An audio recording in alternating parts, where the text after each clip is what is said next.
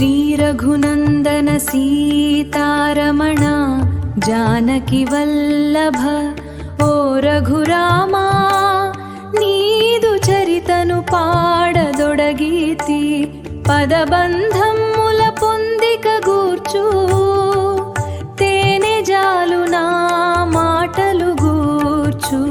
శ్రీరఘునందన సీతారమణ జానకి వల్లభ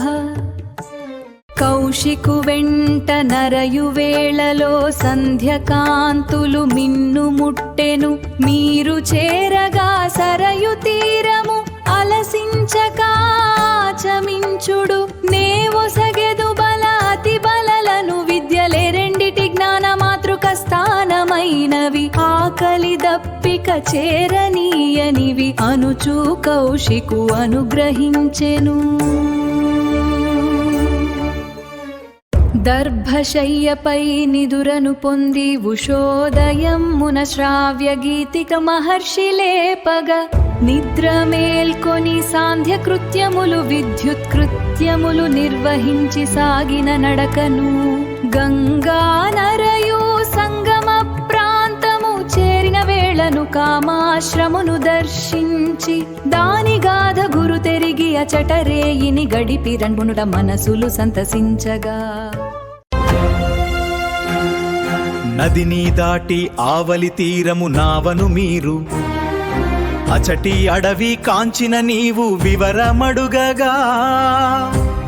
మలదకరూష జనపద వివరము విశ్వామిత్రుడు తెలిపేను అంటా యక్షిణి తాటక రాక్షస బలమును నిలవరించగా ఆనతీయ తడబడు మనసున స్త్రీ సంహారము చేయుట మానుట అని సందేహించుచు నీవు ఉండగా నీపై దూకిన తాటకిని తన హుంకార ధ్వనితో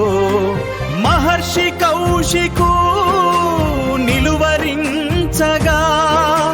శబ్దవేధిని దానిన చంపి నిలచితివంకా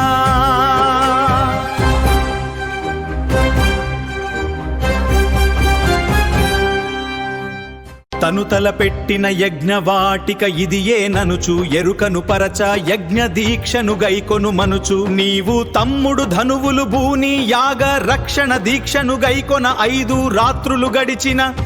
ఎంతట నిర్మలమైన ఆకాశంలో ఏవో మోతల గర్జనలు చూచుచుండగా అసుర శక్తులు రక్తధారలను వర్షింతా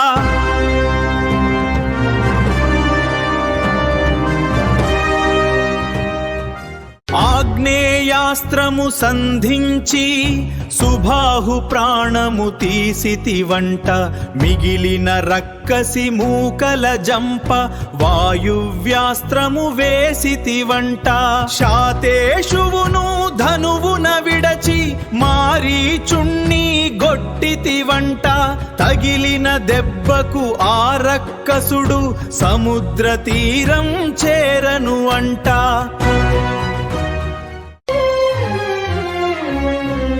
క్రతువునంతను పూర్తిగా సలిపి విశ్వామిత్రుడు మీతో కలిసి మిథిల వైపుకు సాగుచునుండా సాయం సంధ్యకు శోణభద్రను చేరితిరంట విశ్రమించిన వేళను అప్పుడు తనదు వంశపు చరిత్రను తెలిపి మహర్షి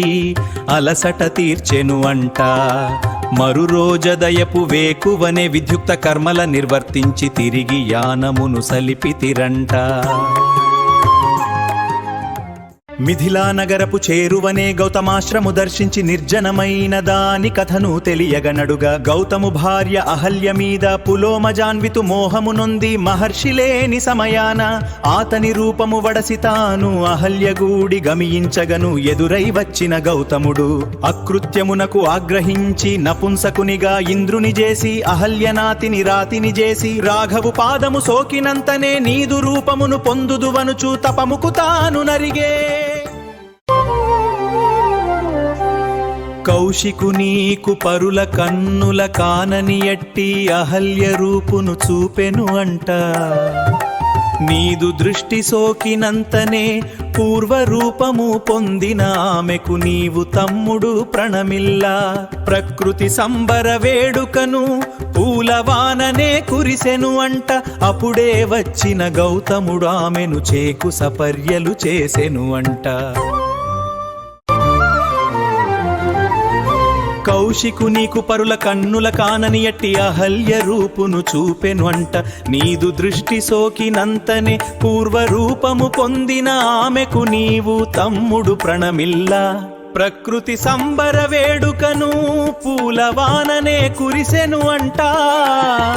అప్పుడే వచ్చిన గౌతముడు ఆమెను చేకొని సపర్యలు చేసెను అంట.